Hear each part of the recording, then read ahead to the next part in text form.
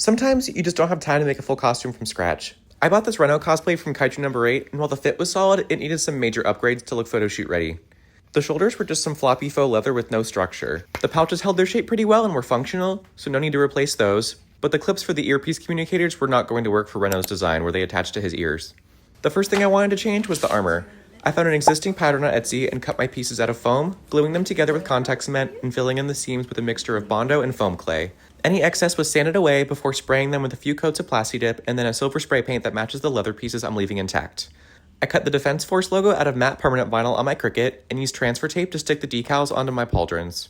Using a coarse paintbrush and some acrylic paint, I dry brushed some silver scratches and added some grime to the nooks and crannies to make the armor look more realistic. The spine and communicator pieces were resin printed and painted just like the foam armor. I slid ear wires through the groove in the resin and locked them in place with UV resin. Now they just hook right around my ears and stay put that way. I glued the spine straight onto the bodysuit with rubber cement and reattached the shoulders with the original snaps. Sometimes all it takes is a little foam, a lot of sanding, and a few custom touches to turn a pre-made cosplay into something that looks like it just walked right out of the anime. Reno's design is already pretty simple, but adding some upgrades like the foam armor really helps sell it and bring the whole thing to life.